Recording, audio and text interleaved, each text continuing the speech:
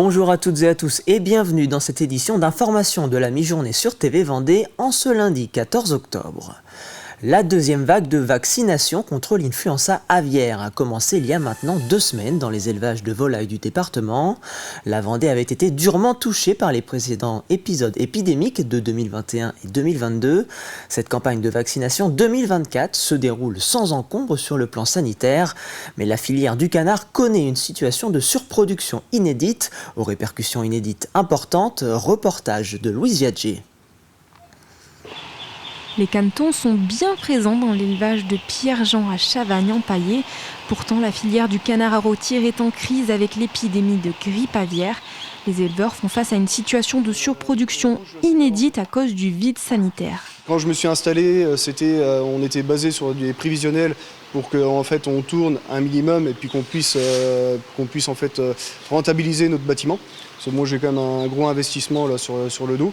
Et en fait, suite à cette crise qu'on a, on a des vides allongés. Les bâtiments des éleveurs ne tournaient pas lors des périodes à risque d'octobre à avril.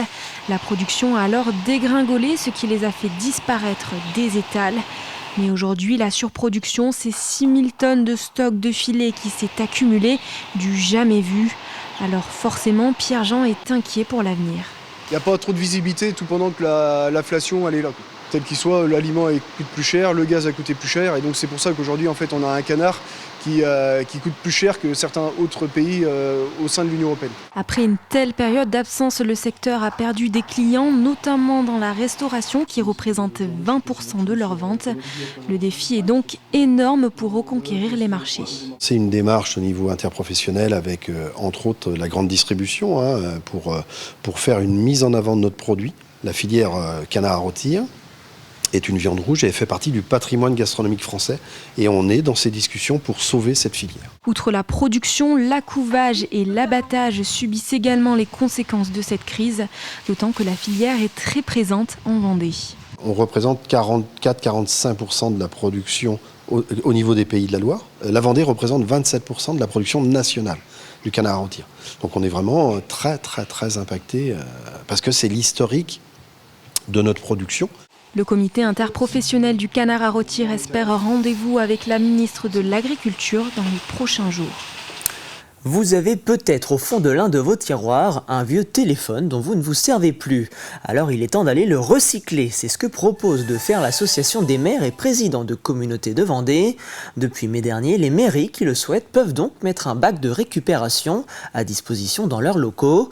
Une opération en partenariat avec Orange qui a pour le moment permis de récolter près de 8000 appareils dans l'ensemble de la région Pays de la Loire. En Vendée, près de 70 communes ont déjà intégré le dispositif. On retrouve Mathis Pires aux côtés de Guy Plissonneau, le président de l'association. Plus de 46 millions de téléphones dorment dans nos tiroirs. Alors, votre association des maires de Vendée s'allie à Orange pour faire une récolte de téléphones mobiles usagés, c'est bien ça? Oui, c'est tout à fait ça. On cherche dans son fond de tiroir le vieux téléphone qui ne sert plus depuis déjà quelques temps pour pouvoir les collecter au sein des accueils de nos mairies. Et ça a 2 bénéfices, c'est aussi d'un point de vue environnemental, mais aussi de protection des données. Oui, chaque commune, avec son intercommunalité, a travaillé son plan climat et le recyclage fait partie des actions. Donc on recherche au travers de ces téléphones, les quelques téléphones qui peuvent encore être reconditionnés, retrouver une seconde vie, mais aussi pouvoir récupérer l'ensemble des matériaux qui servent à la composition d'un téléphone. Alors là, par exemple, comment on pourrait justement déposer notre téléphone? Comment ça se passe? Alors, vous avez dans chacune des mairies une boîte qui est identifiée où les gens peuvent venir déposer leur vieux mobile et il sera travaillé en toute sécurité par Orange qui a mis en place une économie circulaire. Une entreprise des Deux-Sèvres viendra expertiser le téléphone pour, dans un premier temps, savoir s'il peut être reconditionné ou pas. Et si il ne peut pas être reconditionné, il sera démantelé et les matériaux seront revalorisés et pourront servir à reconstruire un autre téléphone. Et donc, cette collecte de téléphones démarre et se terminera, elle, le 31 janvier 2025. Donc ne tardez pas, et si vous recevez un nouveau téléphone, que ce soit pendant les Black Friday ou pendant Noël, vous savez où mettre votre ancien téléphone. À quelques jours de l'ouverture du village du Vendée Globe, l'effervescence monte au Sables d'Olonne et les skippers qui seront au départ de la 10e édition de la course le 10 novembre prochain peaufinent leur préparation à l'occasion de dernières sorties en mer. C'est le cas par exemple de Sébastien Simon et de son sponsor Groupe Dubreuil, croisés en fin de semaine dernière sur les pontons de Port-Olona. L'occasion pour Grégoire de Châtillon de prendre la température auprès du skipper qui participera à son 2e tour du monde en solitaire. Le bateau, je pense qu'il est presque prêt, le skipper aussi. J'ai vécu de sacrées péripéties dernièrement, mais pour autant, ma détermination reste bien présente, même peut-être renforcée. Voilà, évidemment, j'ai envie de réaliser ce rêve de Vendée Globe, j'ai envie de franchir la ligne d'arrivée, j'ai envie d'aller au bout de cette aventure. Je pense qu'on a mis tout en œuvre pour y arriver. Voilà, maintenant ça va être un long chemin et surtout j'ai envie de savourer les instants qui me séparent du départ du Vendée. Parce que c'est aussi de belles émotions et j'ai pas envie de passer au travers. Et si vous avez prévu de vous déplacer jusqu'au village du Vendée Globe, vous pourriez y apercevoir dans le port un drakkar. Cette réplique des bateaux de Vikings devrait être exposée aux côtés des IMOCA pendant toute la période du village. Un chantier colossal lancé par des passionnés il y a maintenant 3 ans à l'île d'Olonne. Une cinquantaine de bénévoles se relaient pour permettre à ce navire viking de plus de 20 mètres de long de prendre la mer dans quelques jours. Grégoire de Châtillon.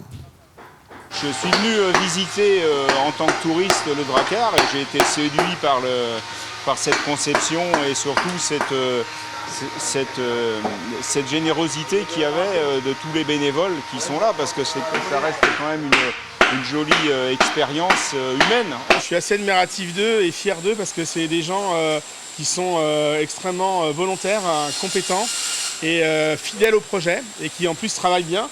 Donc en fait, on a la quadrature du cercle, hein, c'est assez formidable. Allez, on fait un point sur votre météo de ce lundi après-midi. Avec du soleil, mais des nuages qui sont de retour sur l'ensemble du département. Vous aurez des températures qui varieront de 19 degrés du côté de Noirmoutier jusqu'à 21 degrés dans les terres.